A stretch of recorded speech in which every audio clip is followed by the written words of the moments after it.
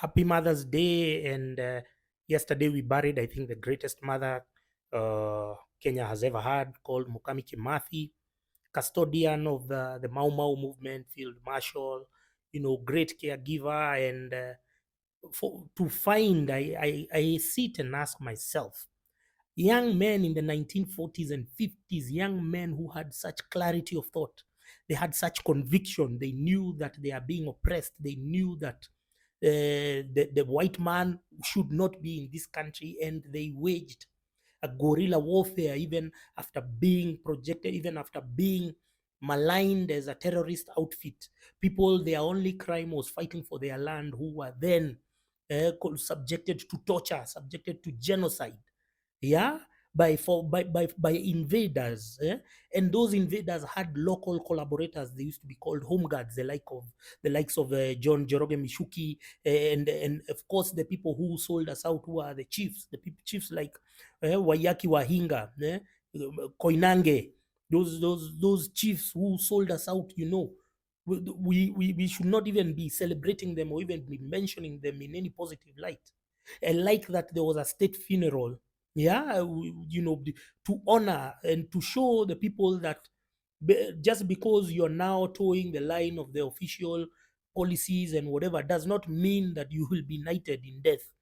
Yeah, you might die in squalor, like even the person who shot Dedan Kimathi. We don't recognize him or remember him today because he was a sellout. He's a betrayer.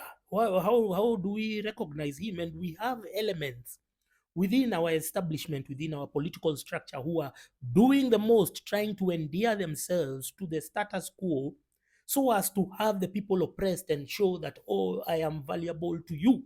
I am valuable to the establishment, to the government, because I can defend your depravity.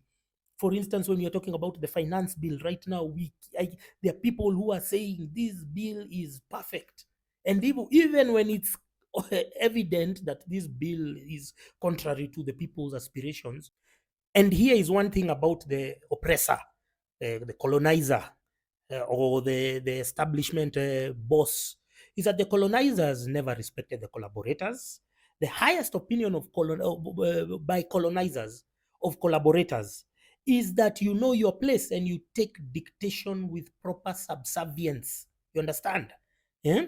For these people who are unsolicited defenders and sycophants of the establishment, the need for them is born from their primitive desire to associate, because these people are in power, and you think associating with them is the right thing to do, because you are an ideological orphan, you have no conviction of your own, so you think, let me ride with this person to make myself relevant, so as because you have nothing else to offer humanity.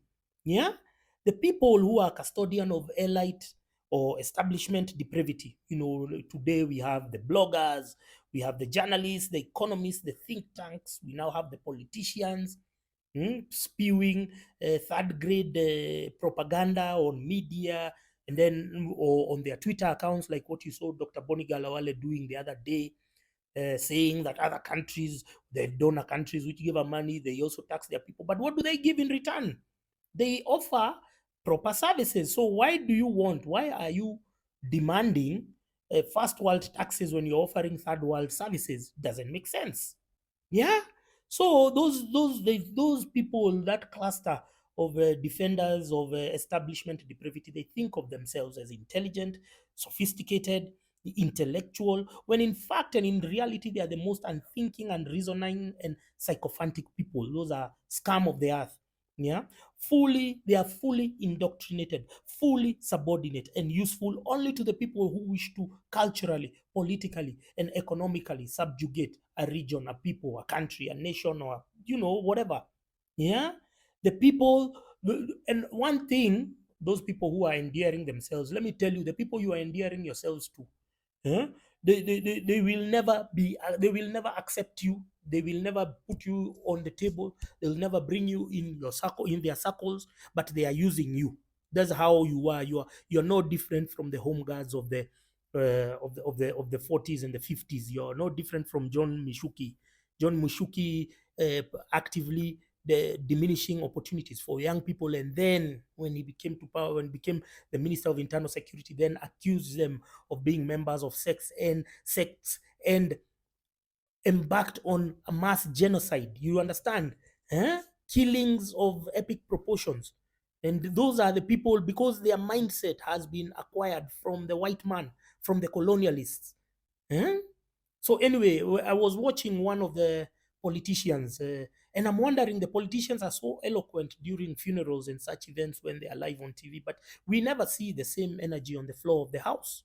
So yesterday I saw, was it the senator of that area called Kinangop? Very funny guy, very hilarious. He was there cracking people's ribs. You know, people have a low intellectual threshold and are carried away by cheap antics, cheap optics, cheap rhetoric. So you have that character. And then I remember when he was making his speech to his presentation, and he asked the president, "We want, first of all, let me tell you something about the leaders of the Mount Kenya region. They have allowed the oppression of the region by various people. For instance, he spoke about Sasumua Dam, which is located in that area, which feeds Nairobi with water, and the people of that area don't even have piped water. Now, I want you to stop, to remove your tribal lenses and just think as a human being. Is it fair that this facility that is feeding people miles and miles away with water, that the people within that locality, they don't even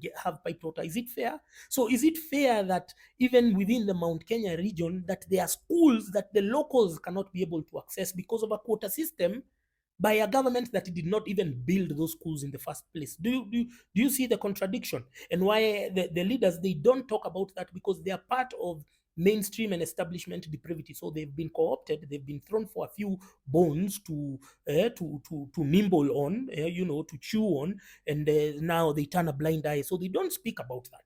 So I heard this guy talking about water, and he said, "We want President Ruto, we want you to budget and give us water." But let me show you now that water tanks, he wants, now it will now become another cartel, another tender, another procurement disaster.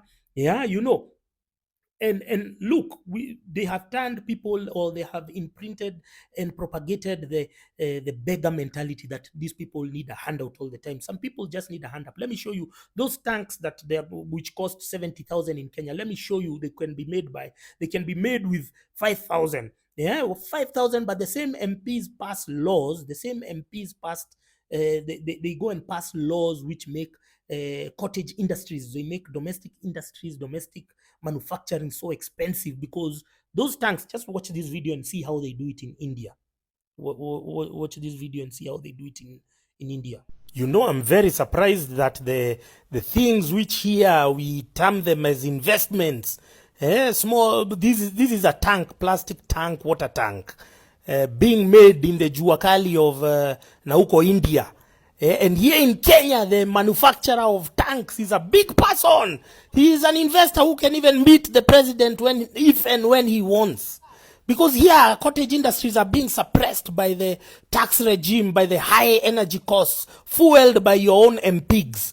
The MPs are bribed to make it difficult for the small person to be able to survive. Cottage industries, small SMEs, because they've been bribed by the big players, the big importers, the big manufacturers. Look at this. This thing has been made in a few ASAL governors. Those governors from Northeastern should be doing this to make their people water dependent, water independent. So you see, we don't need handouts. People, we have the technical ability, we have the capacity. That's just a prefab, and then they put chemicals, and then you have a tank within an hour, within less than an hour. So people don't need handouts. They need a hand up. They need deregulation. They need proper laws. And those MPs who are pandering to the gallery, trying to excite people so as to turn a very basic necessity into now a tenderpreneur kind of scams, and then now they go to the company that is making.